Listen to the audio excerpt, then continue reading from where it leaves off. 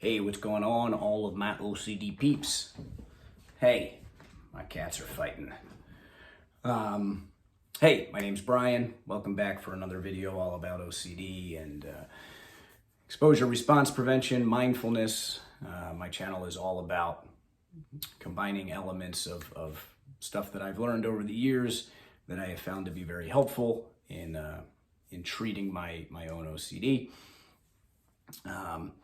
Today's question, it came from a session that I was doing today with a girl named Sarah, who's, in that point of her journey where she's running up against these sort of philosophical paradoxes, which do occur. They definitely occur in the mindfulness practice. There's different schools of thought when it comes to mindfulness itself and meditation, and then things that butt up and conflict with the ERP treatment. And so today's question is, how do I prevent myself from using mindfulness in a compulsive or a ritualistic manner? And this is a great question, and I definitely struggled with this for a long time because, of course, you learn about something new and there's some promise there that it's going to provide you with some freedom. You're going to get better. You're going to feel better if you do this thing. And definitely in the Western, in our US and the way people learn this in the Western world, it's like yoga. It's like become this trendy thing, and people go, oh, I've read studies that it helps relieve anxiety and it helps get rid of depression, and maybe it's good for OCD too. And so I'll start meditating, and really that's not the appropriate use of meditation. That's the way you would learn it in some corporate setting, or if you maybe took a short course somewhere or read the latest book by an American author. And it really strays very far from the original Hindu texts and Buddhist texts about what meditation even is. And so while it may be true that there's research that shows that there are those benefits, I would encourage you to just not consider that the reason that you're doing it. And instead, if you want to have a goal about mindfulness, it would just be whatever meditation you're doing, just try to be completely aware and present and connected to whatever your intention of that meditation is. And there's all different types of meditation, but if we just use a sort of beginner one, which is usually a Vipassana practice, where we simply pick something to focus on in the body or in the mind, but usually, we'll just use the breath as an example. The breath is the anchor. We're putting all of our awareness with the breath. And anytime we recognize that we came off the breath, we just come back. So that's it. That's the goal of that meditation. Don't look ahead to say that's going to do something, that's going to fix something, that's going to change something. Instead, meditation, mindfulness, and all of this stuff is much more an acceptance-based practice. So we're just doing it now. We're working towards acceptance. We're not looking towards the future of this might fix something. We're not striving. In fact, all of the Buddhist text and most of the Hindu text recognize that striving, desire, hoping, pushing, wanting, judging, fighting, all of those things really get in the way of what a proper meditation practice is all about. And so my suggestion is, let's just drop the idea that this is going to fix anything. And maybe if you want to have any goal, it's I'm getting better at being aware of what I'm focusing, what my intention is. So we just do it. You just do the practice. You don't look for progress. Same way, if you're doing ERP, I would suggest that you don't look for progress. This is one of the big areas of conflict between ERP and mindfulness, because if you read most classical ERP therapists who have books, or you listen to them, or you read articles of what they have to say, there is this promise of progress, a promise of change, a promise of feeling better. And when you read about mindfulness, at least if you're reading what I would consider to be a good interpretation of the practice, it's really about acceptance. It's about, let's recognize how things are in this moment, in every moment, and bring awareness to them. And maybe they're hard. Maybe these are hard moments. Maybe you don't feel great. But we're going to bring acceptance to them and recognize that things are more or less okay. And we can still have an object of our attention during a mindfulness practice.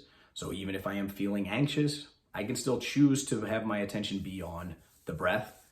And that feeling of anxiety can kind of just be lingering in the passenger seat. Or I could flip it. I could bring my attention, if I wanted to say, let's shift my attention to the feeling itself and just come to that feeling. But here's what I don't do. I don't say, I'm coming to this feeling now, because if I stay there, if I really just stay there, it's going to go away. I'm going to feel better. I'm going to feel at peace eventually. I did that for a long time. I operated with that mindset of like, I can just do more and more. I can just bring my awareness and allow it to be there, and then the feeling goes away, and then I have this freedom. I've even said it on some videos in the past. Well, on my journey, I have learned more, and I don't have that view anymore. I simply just do the practice to do the practice. And if I do have any goal, I'm just getting better at paying attention to the thing I'm attempting to pay attention to during the practice. So I would suggest that you do this for anything new that you're trying in your journey of OCD treatment, is just do it and try to let go of the idea that anything needs to be fixed, that you need to change anything. And this has been the hardest part about the way I approach treatment, is people don't want to hear this. They don't want to hear, hey, we're going to do exposure and response prevention and allow the anxiety to be there, and we're going to do all this stuff that makes you feel bad, and we're going to do it all without any expectation that anything's going to change. I mean, people really don't like to hear it. But the more I learn and the more I practice, the more I do believe that this notion of more hard work, progressive, meditations, progressive approaches to treatment and feeling better are all just coming from a place of striving and desire. And, ironically, in the Buddhist tradition, the main cause of suffering is desire itself.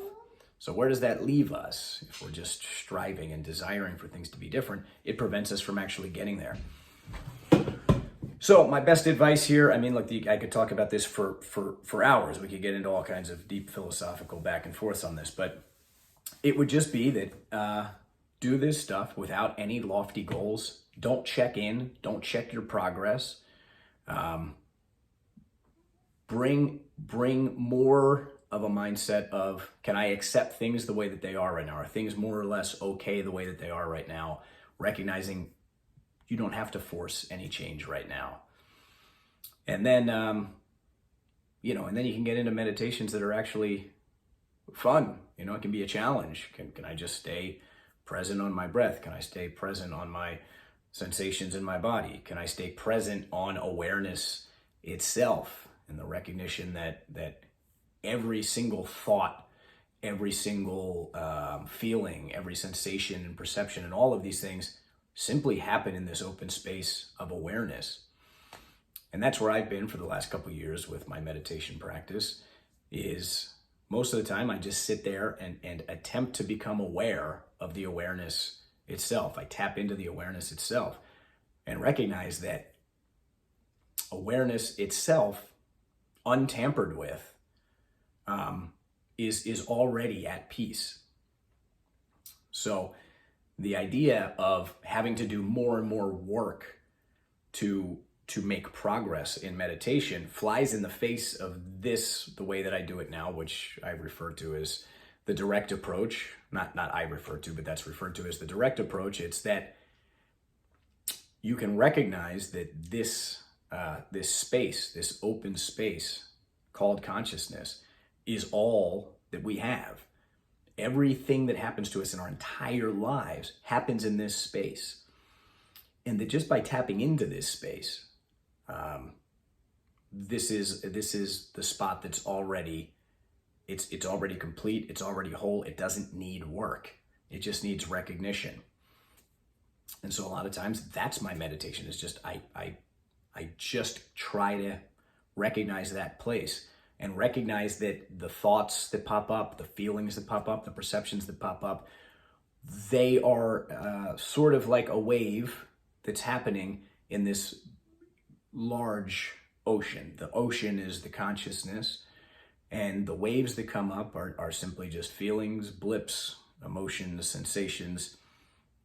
But underneath all that, those things are only appearing in our awareness, in our consciousness. And that coming back, taking a step in towards ourselves and seeing this spot where all of these appearances are showing up in the first place. The school of thought with the direct approach is that's what enlightenment is. That doesn't need to be worked on. It doesn't need to be strengthened. It simply needs to be recognized. And so, yeah, a lot of fun stuff, a lot of fun ideas. But the main point would be, can we do the work without having some expectation of change? Let's do the work with the idea of, let's accept how we feel, however we feel every day. Bring acceptance to that, and yeah, just stop trying so hard. Trying so hard to fix the problem is really one of the main things keeping the problem alive. All right, I'm going to cut it there because I could talk all day about this stuff. But if you would like to talk, if you have any questions, if you would like to learn more about mindfulness and ERP and all different kinds of ideas about how to help with your OCD, shoot me an email at ocdmindful@gmail.com, and I'll catch you on the next one, y'all.